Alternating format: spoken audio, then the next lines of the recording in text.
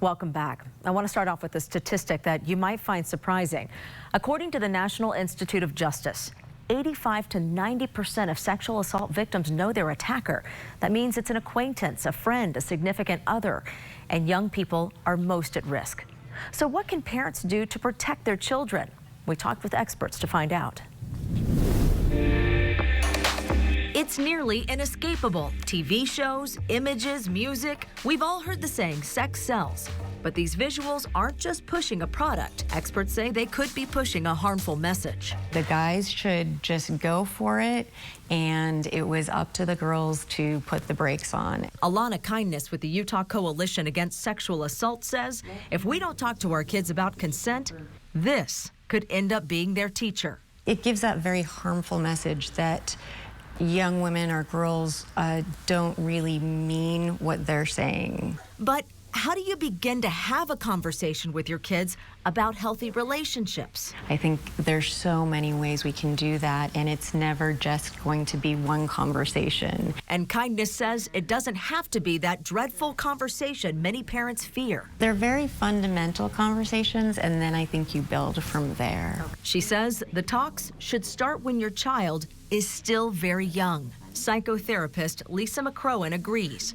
She's broken it down into 5 things you can start doing with your child today. First, teach by example. Begin asking your child for consent. It's everyone's responsibility to be proactive, to be aware of the impact that their behavior is having on somebody else. It's as simple as changing the statement, "Give me a hug," into a question. Can I give you a hug? Let them make the decision. Which leads to number 2. Teach them that their no matters. If they tell you no or they're uncomfortable with something, honor that request. Third, let your child know in any circumstance their yes can become a no if they're no longer comfortable with what's going on. It's reminding them that they are in charge of their bodies. From a game of tag to a tickle war to a conversation. When they become uncomfortable, Kindness says they should express that immediately. And if they do become uncomfortable with something, move to number 4. Seek to understand why. This lets them know their voice and their feelings matter. Just really empowering them and strengthening them and giving them self-confidence. And the final step, keep their regard top of mind. Children want you to listen to them and respect them.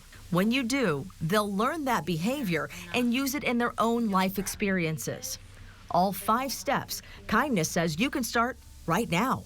Jane's mom says she hopes parents will. What I hope is that parents understand when they send their children to school, they need to make sure they are completely prepared. Not just with pepper spray and self-defense, but knowledge and the confidence to stand their ground.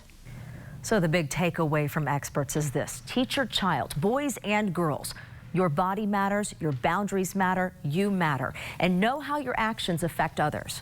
We have links with more reading material for you and your family on our website, goodforutah.com.